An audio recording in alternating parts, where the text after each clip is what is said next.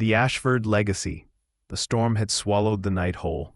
Wind howled through the skeletal branches of the ancient oaks, rattling against the towering windows of Ashford Hall, a mansion that carried the weight of 2 centuries and countless secrets. Its silhouette loomed over the countryside like a silent predator. Inside, the great clock struck midnight. The Ashford family gathered in the candlelit drawing room, where shadows clung to the walls like whispers of the past. Their patriarch, Charles Ashford, had died suddenly. Too suddenly, some said. His death certificate claimed heart failure, but the cold gleam in his eyes the night he was found suggested something far darker. Summoned by the family lawyer, the relatives arrived to hear the reading of the will. Among them, Victoria Ashford, Charles's daughter, elegant but venomous, who had always believed the estate should be hers alone.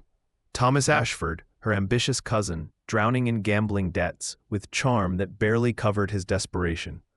Isabel Clark, a quiet schoolteacher, and Charles's estranged niece, who returned after 15 years of silence. Henry Whitmore, a distant relative and businessman, whose smile never reached his eyes.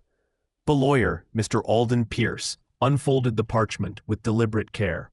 Charles Ashford, he read, bequeaths his entire fortune and estate to the one among you who uncovers the truth of my death. Fail, and the inheritance is lost to you all. The words struck like lightning.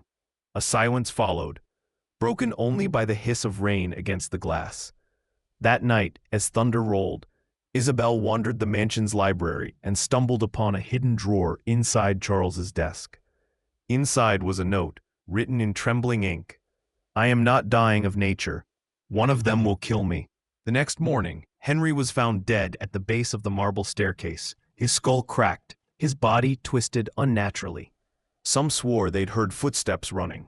Others whispered it was the house itself claiming its due.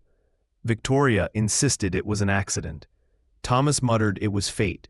Isabel, however, knew it was murder. The investigation. As the storm sealed off the estate from the outside world, Isabel began piecing together fragments of truth. She discovered, in Charles's study, a glass of brandy laced with digitalis, a deadly poison, a ledger in Henry's suitcase, blackmail notes about Charles's hidden accounts, a torn piece of fabric caught in the banister where Henry had fallen, Victoria's silk shawl. The tension grew unbearable. Accusations flew across the dinner table, secrets spilling like blood. Thomas's mounting debts, Victoria's forged signatures on documents, Henry's schemes to strip the estate bare. On the 6th night, Thomas disappeared. In the cellar, his lifeless body was found, a rope around his neck, his pockets stuffed with torn betting slips. The family was collapsing. Only Isabel and Victoria remained. The final revelation. On the 7th night, as the storm began to ease, Isabel stood in the gallery, staring at the portrait of Charles Ashford. In its frame, she noticed a hidden compartment. Inside, letters addressed to Isabel herself.